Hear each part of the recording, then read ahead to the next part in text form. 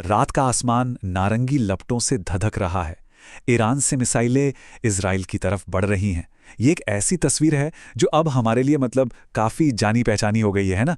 दो कट्टर दुश्मन एक दूसरे की जान के प्यासे। पर क्या होगा अगर मैं ये कहूँ कि ये कहानी हमेशा से ऐसी नहीं थी? क्या हो अगर आपको पता चले कि एक वक्त था, और ज़्यादा पुरानी बात भी नहीं है, जब ईरान असल में इजराइल के सबसे करीबी दोस्तों में से एक था? तो चलिए, आज सिर्फ हेडलाइन से आगे बढ़ते हैं। हम वक्त में पीछे जाएंगे, ठीक उस मोड़ पर जहां से यह सब कुछ शुरू हुआ। ये कहानी है एक गहरी दोस्ती के एक खतरनाक दुश्मनी में बदलने की। एक ऐसी कहानी जो हमें समझाएगी कि आखिर आज हम इस मोड़ पर कैसे आ खड़े हुए हैं। हमारी ये कहानी शुरू होती है साल 1948 से। दुनिया के नक्शे पर एक नया देश उभरता है, इजराइल। और जन्म लेते ही वो चारों तरफ से दुश्मन पड़ोसियों से घिर जाता है। ये एक अकेलेपन का दौर था, अपने वजूद को बचाने की एक जबरदस्त लड़ाई थी। लेकिन ठीक इसी मुश्किल घड़ी में एक ऐसी दोस्ती की नींव रखी जा रही थी जिसके बारे में किसी ने सोचा भी नहीं था। बस एक बार सोचकर देखिए, एक नया देश बनता है और अगले ही पल उसके सारे पड़ोसी उस पर हमला कर देते हैं। यही हकीकत थी 1948 में इजराइल की। उन्हें जिंदा रहने के लिए दोस्तों की जरूरत थी, और वो भी फौरन। तो इजराइल ने किया क्या? उन्होंने एक बड़ी ही स्मार्ट स्ट्रैटेजी अपनाई। इसे कहते हैं the doctrine of the periphery. मतलब ये दुश्मन का दुश्मन अपना दोस्त वाला क्लासिक फॉर्मूला था।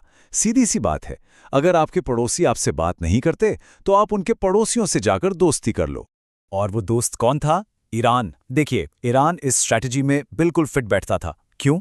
पहली बात, वो अरब नहीं, फारसी था। दूसरी, वहां हुकूमत थी पश्चिमी सोच वाले शाह की। और सबसे बड़ी बात, वो इजराइल को मान्यता देने वाला दूसरा मुस्लिम मेजॉरिटी वाला देश बन गया। मतलब ये तो एक परफेक्ट मैच था। और सुनिए, ये सिर्फ कोई राजनीतिक दोस्ती नहीं थी, ये एक बहुत बड़ा बिजनेस भी था। देखिए, इजराइल के पास थी टेक्नोलॉजी और मिलिट्री ट्रेनिंग, और ईरान के पास तेल का अकूत भंडार। तो सौदा हुआ टेक के बदले तेल का। यहां तक कि एक जॉइंट पाइपलाइन भी बनाई गई जो ईरानी तेल को सीधा यूरोप तक पहुंचाती थी। ये एक क्लासिक विन विन सिचुएशन थी, दोनों का जबरदस्त फायदा। तो सवाल ये है कि अगर सब कुछ इतना अच्छा चल रहा था तो फिर गड़बड़ कहां हुई? जवाब एक शब्द में है, क्रांति। साल था 1979। एक ऐसा साल जिसने सिर्फ ईरान को नहीं बल्कि पूरे मिडल ईस्ट को हमेशा हमेशा के लिए बदल कर रख दिया। 1979 आते आते ईरान की सड़कों पर गुस्सा जैसे उबल रहा था।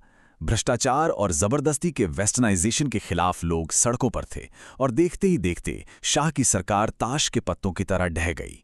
इस खालीपन को भरने के लिए आए अयातुल्ला खुमैनी, एक कट्टरपंथी धार्मिक नेता जिनकी दुनिया को देखने की सोच पहले की हर चीज से बिल्कुल अलग थी।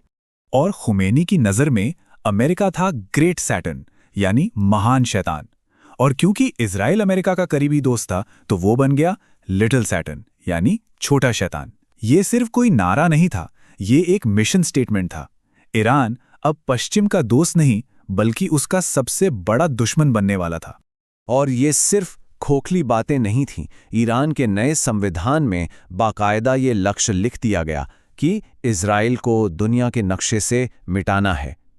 दोस्ती खत्म हो चुकी थी और उसकी जगह एक नई और जानलेवा दुश्मनी ने ले ली थी। अब एक सवाल उठता है, जब ईरान और इजराइल का बॉर्डर आपस में लगता ही नहीं तो ये लड़ते कैसे? इसका जवाब है प्रॉक्सी के जरिए। ये एक ऐसा युद्ध है जो पर्दे के पीछे से लड़ा जाता है, जहां वो खुद आमने सामने नहीं आते लेकिन एक दूसरे का खून बहाने का कोई मौका नहीं छोड़ते। इसे ना एक शतरंज की बिसात की तरह समझिए। बस फर्क यह है कि यहां प्यादों की जगह दूसरे देश और लड़ाकू गुट का इस्तेमाल होता है। ईरान ने ऐसे ही गुटों का एक पूरा नेटवर्क तैयार किया है, जिसे वो कहता है एक्सिस ऑफ रेजिस्टेंस, यानी प्रतिरोध की धुरी, और इसका इस्तेमाल वो इजराइल पर हमला करने के लिए करता है। लेबनान में हिजबुल्लाह हो, गाजा में हमास या फिर यमन में हूती, ईरान ने इन सबको पैसा और हथियार देकर इजराइल के चारों ओर एक कह सकते हैं आग का घेरा बना दिया है। मकसद बिल्कुल साफ है, इजराइल पर चौतरफा दबाव बनाए रखना, उसे लगातार परेशान करना। लेकिन ऐसा नहीं है कि इजराइल हाथ पर हाथ धरे बैठा रहा। उसने भी अपना एक अलग युद्ध शुरू किया, एक शैडो वॉर। मतलब एक ऐसा खुफिया युद्ध जो अंधेरे में लड़ा जाता है, जासूसों, हत्यारों और साइबर अटैक्स के जरिए। इजराइल का सबसे बड़ा डर क्या है? सिर्फ एक, न्यूक्लियर हथियारों से लैस ईरान। उनके लिए ये कोई छोटा मोटा खतरा नहीं है, ये उनके वजूद के लिए, उनके अस्तित्व के लिए सीधा खतरा है। एक ऐसा खतरा जो पूरे मिडल ईस्ट का पावर बैलेंस हमेशा के लिए बदल सकता है। और इसी डर की वजह से इजराइल ने ईरान के न्यूक्लियर प्रोग्राम को रोकने के लिए एक बहुत ही खतरनाक खुफिया अभियान छेड़ा। उन्होंने स्टक्सनेट नाम का एक कंप्यूटर वायरस बनाया जिसने ईरान की न्यूक्लियर मशीनों को अंदर से ही तबाह कर दिया। और तो और ईरान के अंदर घुसकर उनके कई टॉप न्यूक्लियर साइंटिस्ट को एक एक कर खत्म कर दिया। और अब वो शैडो वॉर या छाया युद्ध अब अंधेरे से निकलकर खुली रोशनी में आ गया है।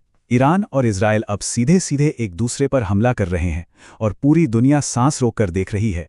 अब सबसे बड़ा सवाल यही है, आगे क्या होगा? देखिए, इस टकराव का असर सिर्फ उन दो देशों पर नहीं बल्कि हम सब पर पड़ सकता है और इसके नतीजे काफ़ी खतरनाक हो सकते हैं।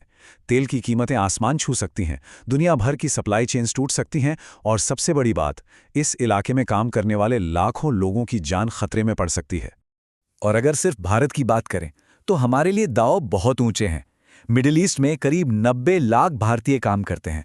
90 लाख! इनकी और इनके परिवारों की जिंदगी, इनकी रोजी रोटी, सब कुछ इस वक्त दांव पर लगा है।